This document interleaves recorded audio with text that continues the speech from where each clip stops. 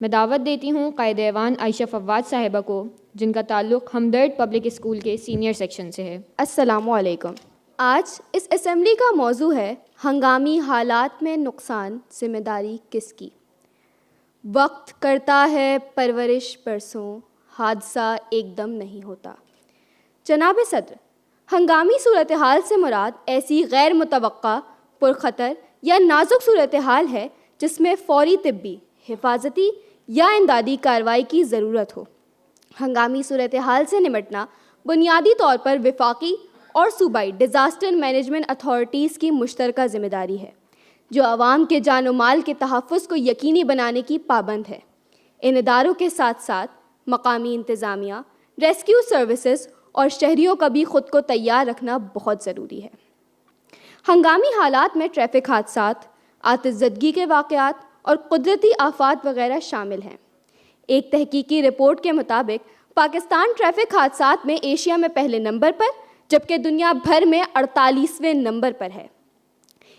ایک تحقیقی رپورٹ کے مطابق 2018 سے اب تک اوسطاً 21 افراد روزانہ ٹریفک حادثات میں جاں بحق ہو رہے ہیں۔ یہ درست ہے کہ قانون نافذ کرنے والے ادارے ٹریفک حادثات کی روک تھام کے ذمہ دار ہیں، تاہم اس میں کوئی شک نہیں کہ ٹریفک حادثات انسانی غلطیوں ہی کا شاخسانہ ہوتے ہیں۔ ون وے کی خلاف ورزی، کم عمری میں ڈرائیونگ کے دوران موبائل فون کا استعمال، تیز رفتاری وغیرہ مہلک حادثات کا سبب ہیں۔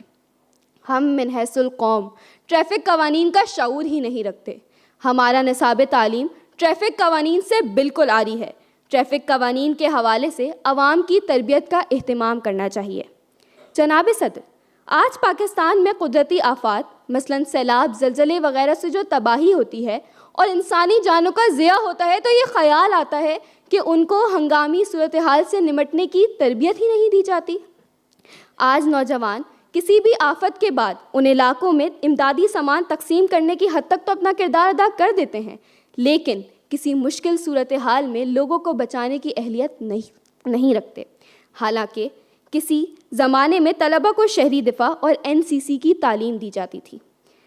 وقت کے ساتھ ساتھ یہ مفید سلسلہ ختم کر دیا گیا، جسے دوبارہ جاری کرنے کی اشد ضرورت ہے۔ ہمارے عوام کا حال یہ ہے کہ سیلاب کی پیشن گوئی کے بعد بھی احتیاطی تدابیر اختیار کرنے کے بجائے پہلے قدرتی آفت کا اور پھر امداد کا انتظار کرتے رہتے ہیں۔ کون سیکھا ہے صرف باتوں سے، سب کو ایک حادثہ ضروری ہے۔ گزشتہ برسوں میں سیلابوں سے ہونے والی تباہی ہمارے لیے ایک سبق ہونا چاہیے۔ سوات کے سیلابی ریلے میں پھنسے خاندان کی بے بسی دیکھ کر دل خون کے آنسو رویا کہ ان کی مدد کے لیے حکومتی مشینری گھنٹوں گزرنے کے بعد بھی حرکت میں نہ آ سکی اور معصوم جانیں سیلابی ریلے میں بہہ گئیں۔ مری میں چند سال پہلے برف باری کے موسم میں سیاحوں کی کثیر تعداد میں آمد کو حکومت کنٹرول نہ کر سکی اور شدید برفانی موسم میں کئی سیاح اپنی جان سے گئے۔ حوادث بھی وہیں، ہم بھی وہیں ہیں، مگر اب چشمے تر کوئی نہیں ہے۔ حاضرین کرام، مختلف ناگہانی آفات میں حکومت ہمیشہ اپنی ذمہ داریاں پوری کرنے میں ناکام رہی ہے۔ جب بھی ملک میں کوئی آفت درپیش ہوئی تو فوج کی مدد طلب کرنا پڑتی ہے۔ سوال یہ ہے کہ اگر فوج ہر مشکل میں مدد کے لیے آگے بڑھ سکتی ہے تو پھر حکومت کا سول سسٹم کیوں ناکارہ ہے؟ حکومتی کارکردگی کو بہتر بنانے کی اشد ضرورت ہے۔ مزید برآں اسکولوں، کالجوں، مختلف اداروں اور علاقوں میں فوری طور پر لوگوں کو ڈیزاسٹر مینجمنٹ، ریسکیو اور ابتدائی طبی امداد کی تربیت کا سلسلہ شروع کرنا چاہیے تاکہ انسانی جانوں کے ضیاع سے بچا جا سکے۔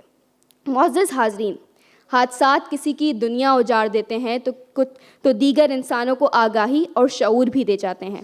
ہمیں ان حادثات سے سبق حاصل کرنا چاہیے۔